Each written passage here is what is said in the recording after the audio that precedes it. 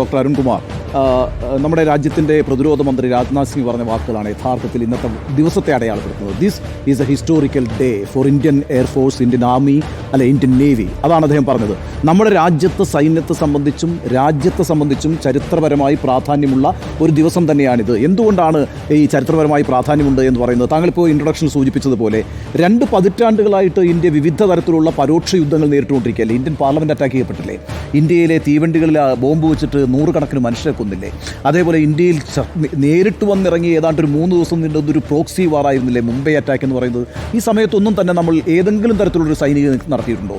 ഒരു സൈനിക നീക്കവും നടത്തിയിട്ടില്ല. നമ്മളതെല്ലാം അന്താരാഷ്ട്ര ഫോറങ്ങളിൽ ഉന്നയിക്കുകയും അവിടെ ഡിപ്ലോമാറ്റിക് ചാനൽ വഴി ഈ പ്രശ്നങ്ങൾ പരിഹരിക്കാനും ഒക്കെയാണ് ശ്രമിച്ചിട്ടുള്ളത്. പക്ഷേ ഇപ്പോൾ എന്താ സംഭവിച്ചത്? പഹൽഗാമിന് ശേഷം ഇന്ത്യ വളരെ സ്ട്രോങ് ആയൊരു പൊസിഷൻ എടുത്തു. We will strike back. ഈ കാര്യത്തിനകത്ത് നമ്മളൊരു തിരിച്ചടി കൊടുക്കും എന്ന് തീരുമാനമെടുത്തു. എന്നിട്ട് എത്ര പ്രിസിഷനോടുകൂടിയാണ് കാര്യങ്ങൾ തീരുമാനിച്ചത്? 14 ദിവസമല്ലേ ഇന്ത്യ വെയിറ്റ് ചെയ്തത്. ഇന്നിപ്പോൾ വിദേശകാര്യ സെക്രട്ടറി പറയുന്നുണ്ട്. എന്താ അദ്ദേഹം പറഞ്ഞത്? കഴിഞ്ഞ 14 ദിവസങ്ങൾ ഞങ്ങൾ സമയം കൊടുക്കുകയാണ് ചെയ്തത് പാകിസ്ഥാന്. എന്തിനാണ് സമയം കൊടുത്തത്? നിങ്ങൾ നിങ്ങളുടേതായ രീതിയിൽ ഈ ഭീകരരെ പിടിച്ചകത്തിടുക, ഈ ഭീകര ക്യാമ്പുകൾ ഇല്ലാതാക്കുക, അതിനുള്ള സമയമാണ് കൊടുത്തത്.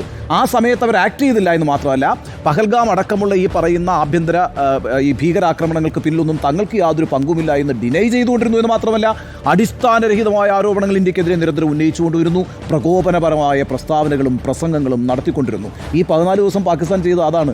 അപ്പോൾ നമ്മളെന്താ ചെയ്തത്?